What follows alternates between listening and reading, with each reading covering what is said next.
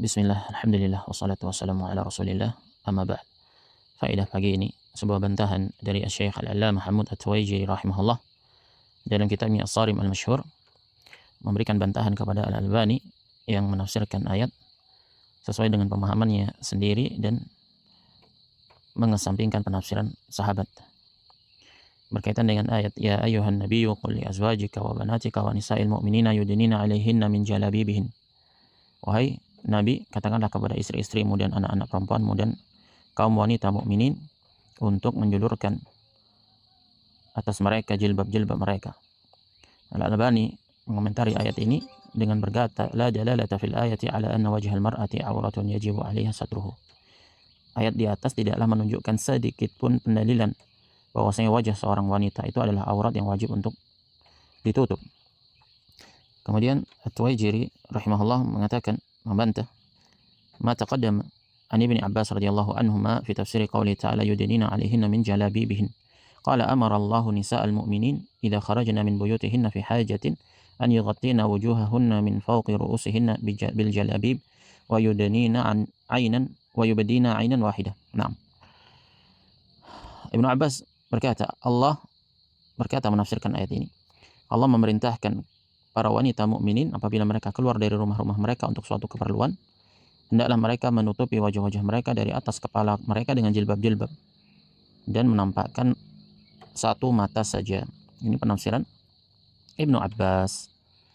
Kemudian dikatakan oleh Syekh At-Tuwaijiri, wa ruwiya nahwu hada an Abidah As-Salmani wa Qatadah wa Muhammad bin Ka'ab Al-Quradhi wa hakahu al-Wahidi an al-Mufassirin wa hakahu Abu Hayyan an As-Sudi kama taqaddam.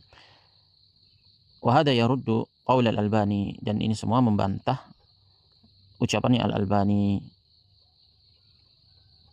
Kemudian di sini dikatakan oleh Syekh Hamud At-Tuwaijiri, wa idza ta'arada qaulu Ibn Abbas radhiyallahu anhuma wa man dzukira ma'ahu min akabir as-salaf fi tafsir al-ayat al-karimah wa qaulu Al-Albani fa qaulu Al-Albani muttarahun mardudun bila raib. Nah, kalau kita bandingkan, kita compare, kontradiksi, bertolak belakang ini penafsiran Ibnu Abbas dan para pembesar salaf tentang ayat tersebut, di satu sisi, di sisi yang lain ada penafsiran Al-Albani, maka jelas penafsiran Al-Albani itu harus dicampakkan, ditolak tanpa keraguan sedikit pun. Kenapa? Li'anna sahabata wa tabi'in a'lamu bi tafsiril Qur'an mimman ja'a ba'dahum. Karena sahabat dan tabi'in jelas lebih mengetahui tentang penafsiran Al-Qur'an dibandingkan yang datang setelah mereka. Jadi klaim dakwaan salafi kontemporer yang beritibak kepada manhaj salaf itu mengerucut kepada pemahaman mereka sendiri sebenarnya. Nah, kemudian disebutkan di sini Syekh At-Tuwaijiri menukil faedah dari ucapan Ibnu Taimiyah, yaitu berkaitan dengan orang-orang yang menafsirkan Al-Qur'an dan hadis dengan pentakwilannya sendiri. Man fassara Al-Qur'an wal haditha wa ta'awwalahu ala ghairi tafsiril ma'rufi 'anis sahabati wat tabi'in fa huwa muftarin 'ala Allah mulhidun fi ayatillah muharrifun lil kalami an mawadhi'ih.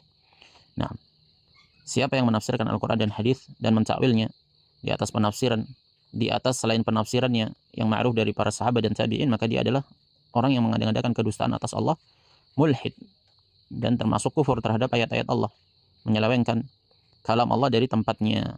Lihat bagaimana At-Tuwaijiri mendatangkan kalamnya Ibnu Taimiyah kemudian menempatkannya kepada Al-Albani. Beliau berkata, wa kalamul Albani fi tafsiril ayati min suratil Ahzab wa ma abdahu min al-ihtimali fiha lam yasbaqhu ilaihi ahadun min as-sahabati wa tabi'in.